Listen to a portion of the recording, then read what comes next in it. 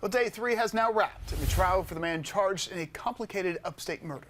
And the state says they expect to rest their case tomorrow. Christina Parcell was found dead on October 13th, 2021, inside her home in Greer on Canebrake Drive. She was stabbed more than 30 times. Then almost a month later, the sheriff's office announced the arrest of this man, Zachary Hughes. Hughes is a Juilliard-trained piano player, and it seemed at the time there was no connection to Parcell. But Fox Carolina obtained court filings showing Hughes was close friends with John Mello, who shared a child with Parcell. Mello was living in Italy at the time of Parcell's death. In September of 2023, both Mello and Hughes were charged with harassing Parcell in the months leading up to her death. The state maintains their relationship is a key part of this case. And Fox Carolina's Grace Runkel is joining us live now from outside of the courthouse. So Grace, what can you tell us about what jurors were able to hear today?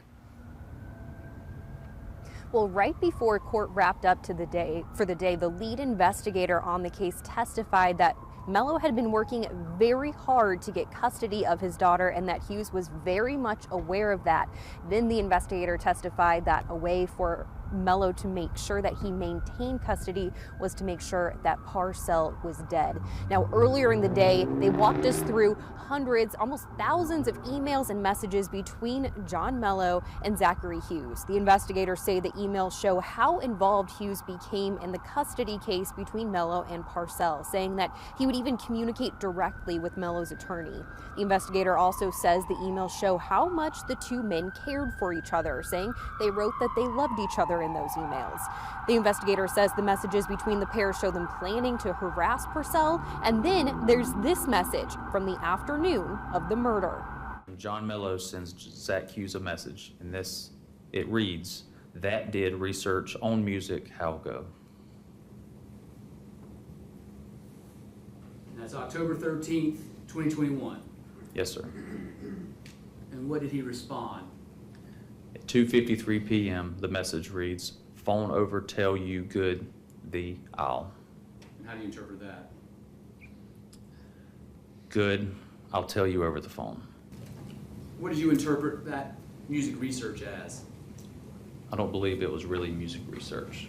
I believe John Mello sent a message to Zach Hughes in code. His interpretation. The state says that they probably have 2 more witnesses they need to get to. They have a medical examiner, and then they have a DNA expert who's expected to take the stand, and then they plan to rest their case. After that, we'll finally get to hear more from the defense because we really haven't heard a lot from them. They deferred their opening statement, and there has not been a lot of cross-examination, so there's still a lot to get to in this case, and of course, we're going to keep you updated every step of the way. Live in Greenville, Grace Runkel, Fox Carolina News. Grace, thanks. And you can find more information on the background of this case on our website, foxcarolina.com. You just click this tab right here on the top of our website. It says Canebrake Trial, and it'll take you to this page that I'm on right here. We have several in-depth breakdowns and a 7-part video series bringing you up to speed with everything that's happened in this case. You'll find it on foxcarolina.com or in the Fox Carolina News.